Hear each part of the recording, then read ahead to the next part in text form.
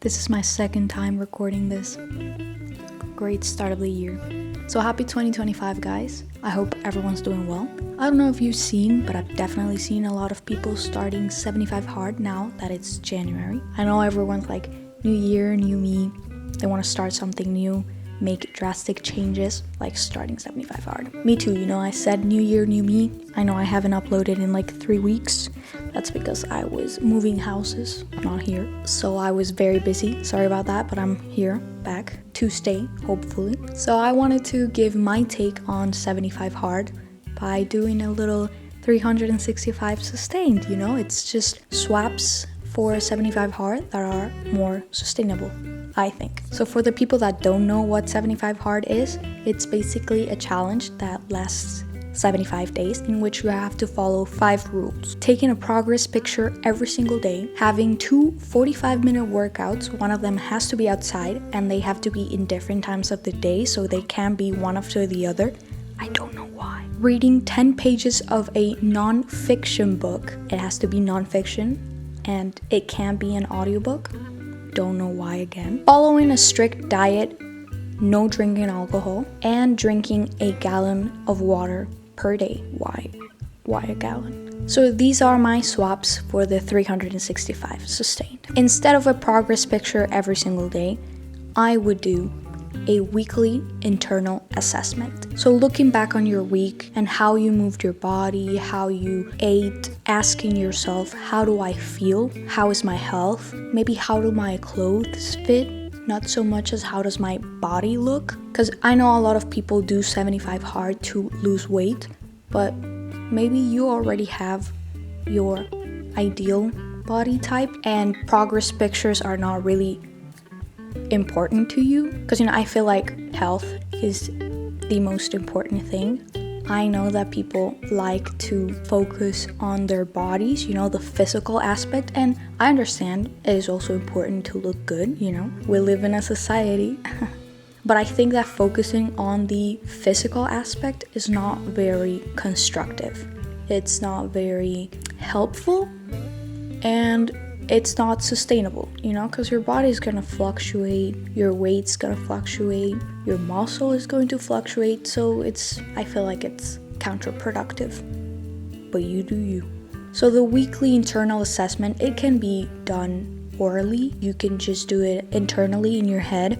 You can write it down. I feel like that works well, so that you can see week to week how you've been doing, how is maybe the training load, how is your mental health going, Then the 2 45-minute workouts, one of them has to be outside. My swap would be for the outside part of the workouts, just a 15-minute walk. If you can do it outside, I know some people live in places in which it is really cold, so people don't go outside to exercise, or maybe it's really hot and you can get heat stroke. So if possible, a 15-minute walk outside, perfectly fine. You can add more minutes to it as the weeks go by. Maybe you like running, you can do that, but I feel like 15 minutes is a good base. And also 3 to 4 days of weightlifting.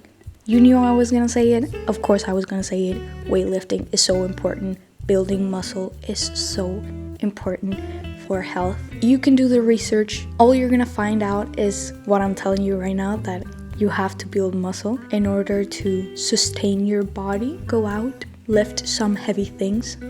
3 to 4 days a week. You can do a split of push-pull leg, maybe a leg, push-pull leg. You can do 3 full body days. Whatever works for you, perfectly fine, as long as you're weightlifting. The 10 pages of a non-fiction book. I love reading fiction. I'm not gonna force you to read a specific type of book, I feel like if you read at least 1 page of any book that you would like every single day, that's perfectly fine. Reading is something that you should enjoy doing. Also, you can listen to audiobooks, perfectly fine too. Some people have dyslexia, some people are blind, They would like to listen to some audiobooks. Maybe you don't have any disability and you just like listening to audiobooks. I love listening to audiobooks, And if someone asks me like, hey, have you read this book? I'm not gonna be like, no, I listened to it. I'm just gonna be like, yeah, and it was great. or it was trash. But yeah, I read that book.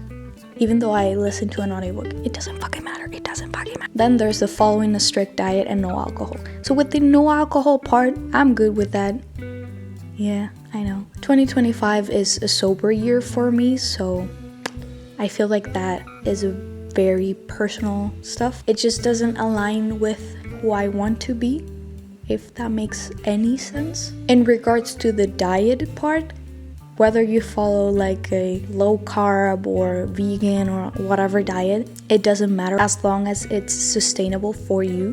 So what's sustainable for me is following like an 80-20 diet. Maybe you've heard of it, which is basically eating 80% of all of your food non-processed or minimally processed, and then 20% of your food is processed foods. Trying to eat mostly whole foods and sometimes eating something a little more processed, a little less healthy, perfectly fine, you know? I feel like balance is all that you need in order to make a sustainable change in your life. So leaving that all or nothing mentality in 2024, you know? I'm not carrying that to 2025. And then regarding the 1 gallon of water per day. What the hell? Why is it like that? Why? I feel like people know how much water they need to drink unless you are struggling with dehydration. I feel like drinking water with every single meal and, you know, between each meal is perfectly good. So checking out how much water you personally need and drinking that, perfectly fine. For some people, it's gonna be less than a gallon, and for some people, you know, some athletes need to drink more than a gallon. So don't stick to that very specific 1 gallon of water per day. I don't know why they said that rule. I don't know. Maybe you would like to follow 365 sustained this year instead of 75 hard.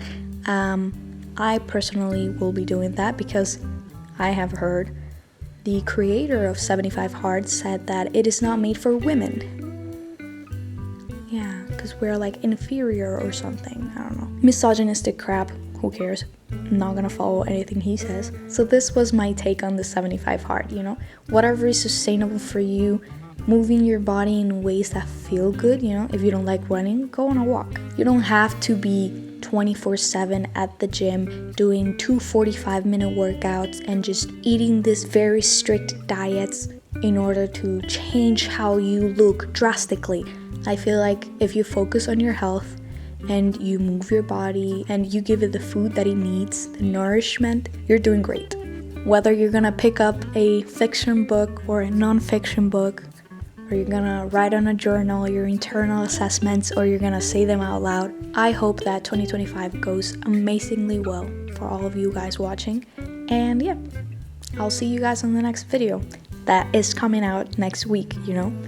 I'm not leaving. I was very busy. I'm not busy now. Well, yes, I am because I'm in exams, but I came back. I'm here to stay. Thank you. Bye. Bye. And thank you so much for all the people that have joined recently. I have noticed, so thank you. Thanks a lot. Love you guys.